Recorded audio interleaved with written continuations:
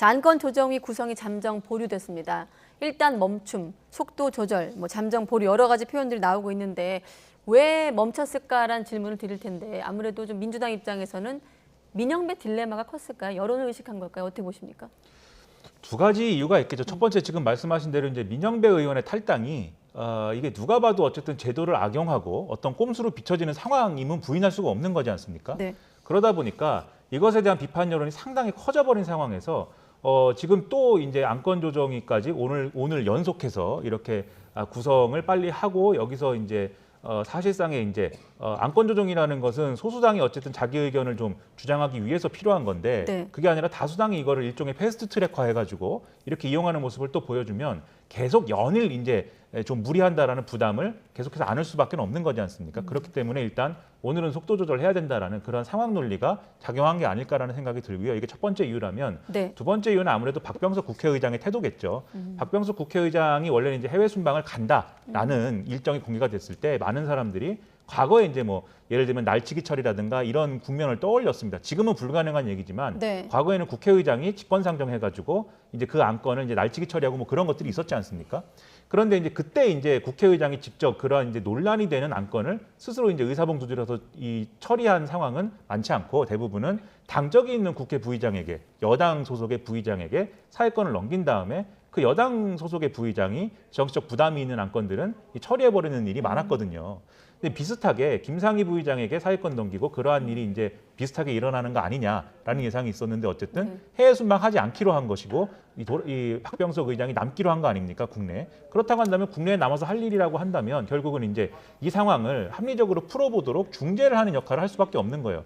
박병석 의장이 굳이 중재를 한다고 하는데 민주당이 네. 지금처럼 여론이 안 좋은 상황에서 오늘 그냥 그런 국회의장의 중재 노력을 무색해하는 그러한 이제 좀 밀어붙이는 이런 액션을 취할 경우에는 당연히 이제 또 여론의 부담이나 이런 것들은 두 배, 세 배로 커지는 상황이겠죠. 그러니까 네. 이 두 가지를 고려해서 일단은 지금 속도 조절을 하는 국면으로 들어온 것이 아닌가 생각이 됩니다. 네, 두 가지 이유를 드셨습니다. 민영배 탈당 이슈와 그다음에 박병석 국회의장 어떤 변수를 드셨는데 지금 묘수 아닌 꼼수다, 명백한 편법이다. 이게 국민의힘 내부에서 나온 얘기가 아니라 당내 반발이거든요. 박용진 의원 포함해서 이런 당내 어떤 불만들에 대한 어떤 목소리도 좀 영향을 미쳤을까요? 어떻게 보십니까?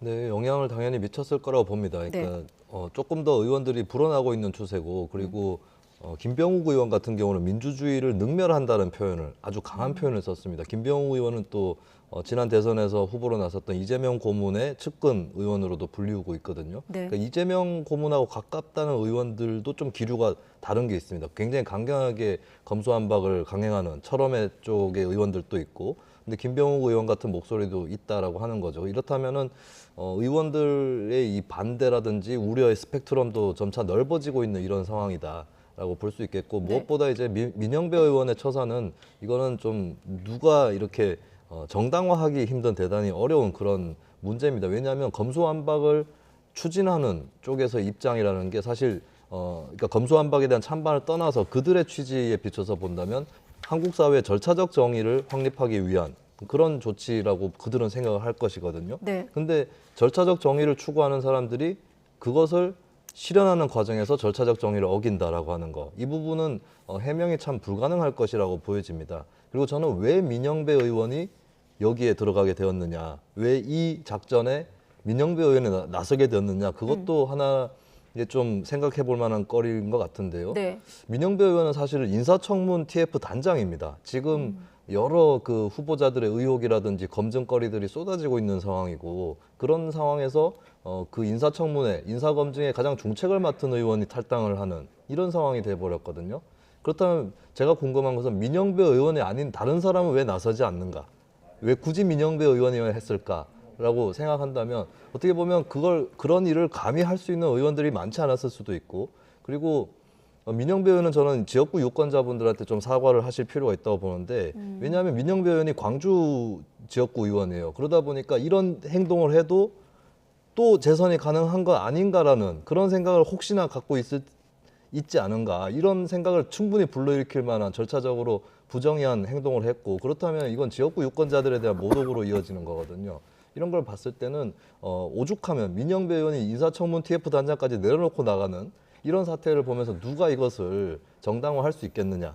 예, 의원들도 여기서는 이제 답이 없다라고 판단을 하는 것이고 네. 조응천 의원 또 지적을 했지만 위성정당 지난 총선 때 했었던 위성정당 문제에 대해서 이재명 후보가 대선 때 사과를 했습니다. 근데 이번에 위성정당이어서 위성의원이 출연을 해버렸거든요. 이런 것들에 대해서 의원들도 차마 직접적으로 나서서 또 정면으로 정당화할 수는 없는 이런 상황, 이런 것들이 또 민주당에게 오히려 스스로 발목을 잡는 그런 계기가 되지 않았나 생각을 합니다. 네, 아무튼 지금 시점에서 이 검수완박 입법 관련해서 좀 정리를 해보면, 자, 박 의장, 박병석 의장 중재 아래 벌여왔던 물밑 협상이 다시 이어질 예정이다. 그렇지만 민주당은 협상이 안 되면 안건 조정위 구성을 다시 지체하지 않고 이 법안을 법사위 전체 회의로 넘길 방침이다까지 알려진 상황이거든요. 물밑 협상을 전망해 보신다면 어떻게 예상하십니까? 일단 민주당 입장에서는 그동안 협상은 없다는 분위기였고 거의 배수의 진이었기 때문에 저는 협상에서 뭔가 이제 결실을 맺는 시나리오는 이제 상상하기는 좀 어렵지 않나라는 생각이 드는데요. 그런데 어쨌든 박병석 국회의장이 국회의장이기 때문에 가지는 권한이라는 게 있습니다. 안건을 상정을 해야 되고, 그리고 이제 지금 이 민주당 입장에서는 국민의힘이 이제 본회의에서 필리버스터를 할 것인데 그 필리버스터를 중단시킬 수 있는 180석을 모으기가 상당히 어렵거든요. 원래는 이제 이 여당 성향의 무소속 의원까지 다 긁어 모아가지고 179석이다라는 분석이 나왔는데, 뭐 우리가 봤듯이 양양자 의원 돌아서고 그다음에 조정훈 의원도 부정적인 입장이고 또 누가 어떤 생각할지 모르는 상황인데다가 뭐 권은희 의원이 좀 이제 국민의당 입장과는 다른 어떤 얘기를 하고 있다고는 하지만 여전히 네. 180석 못 채우거든요. 그러면 이제 결국은 이제 회기 쪼개기라고 불리는 이제 그 회기 변경 안건을 이제 국회의장이 상정시켜가지고 통과를 시켜야 되는데, 그러한 일련의 과정에서 국회의장의 협조가 필요한 건데 결국 국회의장을 설득하려면 어느 정도 어쨌든 협상하는 모습을 보여야 되고 뭔가 절충안을 마련하는 노력을 해야 되는 거죠. 그렇기 때문에 민주당이 의지를 가지고 뭔가 절충을 하자라는 것보다는 지금 상황 논리 때문에 협상의 장으로 좀 끌려나온 부분이 분명히 있다라는 생각이 들고요. 근데 뭐 그런 상황이긴 하지만 그래도 이전과는 그래도 좀 비교되는 어떤 협상의 공간이 생겼다라는 점은 또 평가를 해야 된다고 봅니다. 왜냐하면 검사들도 이제 뭐 지난주까지 계속 뭐 반발하고 뭐 사표 낸다고 하고 다 그만두자고 하고 뭐 그런 네. 분위기였지만 지금 뭐 연이어서 회의도 하고 뭐 여전히 뭐 그만둬라라는 얘기도 하지만 나름대로는 검찰 내외부의 어떤 통제 장치를 마련을 하자든지 또 국회에 특위를 구성하자든지 뭐 특별법을 만들자든지 이런 나름대로의 지금 뭔가 설득할 수 있는 대안 같은 거를 언급을 하고 있는 거잖아요. 민주당은 뭐 전혀 동의를 못한다고 하지만, 그리고 국민의힘도 이 권성동 원내대표가 이번 기회에 그러면 아예 어떤 공론의 장을 만들어서 정말 어떻게 그러면 이 수사권을 조정하고 앞으로 이 형사사법 체계를 어떻게 가져가는 게 모범적으로 할 수 있는 것인지를 한번 토론을 해보자라는 네. 자세로 나오고 있는 국면 아니겠습니까? 그래서 그런 곳에서 우리가 예상하지 못했던 어떤 절충이 이루어질 가능성이 분명히 있긴 있다. 저는 이제 그것에 또 희망을 걸어봐야 되는 그런 상황이 아닌가라고 생각을 합니다. 네, 지금 검수완박 관련해서는 대통령직 인수위도 거듭해서 반발을 하고 있고, 새 정부 출범하고 나서 국회에서 통과된다 하더라도 당선인이 거부권을 행사할 것이다라는 입장까지 나온 상황이거든요. 자, 아직은 일단은 좀 협상을 지켜봐야 되겠습니다만 중재안 마련이 쉽지 않아 보이는데, 만약에 중재안이 나온다면 좀 어떤 점들을 협상을 통해서 좀 접점을 찾을 수 있는 겁니까? 지금 굉장히 극한 대치 상황인데. 네, 지금 중재안에 관련해서는 여러 군데서 의견이 나왔습니다. 네. 뭐 박병석 의장도 준비를 하고 있다고 하는데 김호수 총장도 어느 정도 언급을 했고 정의당에서도 중재안 얘기를 했는데요. 몇 가지 가닥을 좀 잡아본다면 검찰의 직접 수사권은 어느 정도 좀 줄이더라도 수사 지휘권은 굉장히 대폭 줄어드는 것을 좀 회복시켜야 된다라고 하는 이런 방향이 있을 수가 있고요. 네. 그리고 두 번째는 검찰 수사관이라든지 이 검찰에서 수사를 계속 해왔던 사람들의 역량 이런 것들을 승계하는 기구가 필요하다. 이건 정의당의 주장이었습니다. 그런 부분으로 해서 검찰은 이제 기소나 수사 지휘를 중심으로 하고 이제 수사는 이제 경찰한테만 맡기는 것이 아니라 검찰 수사관이라든지 희망하는 검사라든지 이쪽의 비중을 좀 높인다라고 하는 안이 뭐 있을 수도 있겠고요. 네. 그리고 이제 수사권 문제를 떠나서 검찰의 수사에 대한 어떤 통제라든지 또 기소 독점주의에 대한 해제 이런 것들을 담고 있는 또 다른 이제 검찰권을 좀 약화시키는 이런 방안도 나올 수 있습니다. 이것은 대검에서도 오늘 또 제안을 했는데 수사심의위 제도를 좀 더 강화하겠다라고 네. 하는 이런 부분들이 좀 일단 중재안으로서 포함될 수 있지 않을까 이렇게 전망을 해봅니다. 그런데 이런 중재안들이 좀 논의되는 국면이라고 하면 네. 인수위와 윤석열 당선인도 이런 분위기에 좀 힘을 실어줘야 되거든요. 저는 그렇게 생각을 하는데 오늘 인수위가 언급한 거부권 행사할 수 있다. 이 얘기는 제가 볼 때는 오히려 검수완박을 하라고 유도하는 발언처럼 읽힐 수도 있습니다. 그럼 굉장히 안 좋은 게 왜냐하면 민주당이 주되게 지금 빨리 법안을 조속히 처리해야 된다라고 주장하는 핵심 논리가 저 얘기예요.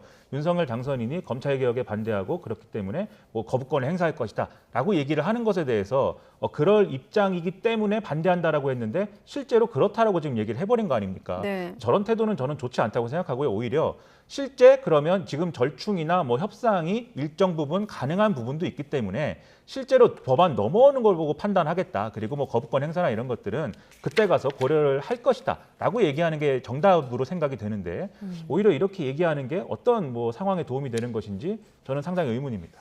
네. 여기에 좀 덧붙여서 말씀드릴 게 있는데 윤석열 당선자가 검찰총장 시절에는 얘기를 했었는데 대선 후보 시절에는 얘기하지 않았던 방안이 있습니다. 그거를 좀 다시 꺼내는 건 어떤가라는 생각이 드는데요. 어떤 거냐면 윤석열 당선자가 검찰총장 거의 막바지에 검수완박에 비판해서 언론 인터뷰를 가졌는데 그때도 피력했던 방안이 수사와 기소는 융합을 해야 되는데 다만 검찰의 비대한 권력이 문제가 된다면 경제범죄수사청이라든지 마약수사청이라든지 이렇게 분야별로 전문 독립수사청을 만드는 검찰을 그러니까 수사와 기소를 쪼개는 방법이 아니라 수사와 기소는 융합을 하되 분야별로 쪼개고 뭐 필요하면은 검찰 외에 법무부 산하로 또 따로 두는 이런 방안을 본인이 언급을 했었습니다. 그리고 이게 윤석열 당시 총장만의 의견이 아니라 전임 총장인 문무일 총장 때도 추진, 검토를 했었던 사안이고 문재인 정부도 사실 이 방안에 대해서는 열려 있었던 걸로 알고 있거든요. 이게 어느새부턴가 문재인 정부도 그걸 접어버리고 그리고 윤석열 당선자도 대선 기간에는 그 얘기를 하지 않았습니다. 근데 지금은 검수완박의 대안으로서 수사 기소 분리의 대안으로서 그 얘기를 좀 꺼낼 때도 된 것 아닌가. 예, 그리고 이제 한동훈 후보자를 법무부 장관 후보자를 임명을 했는데 아마 그런 구상들을 좀 정책적으로 짤 수 있는 것은 또 사실이거든요. 한동훈 후보자 입장에서도 네. 이런 대안들을 좀 제기를 해보는 게 어떤가 이런 좀 생각이 듭니다. 네.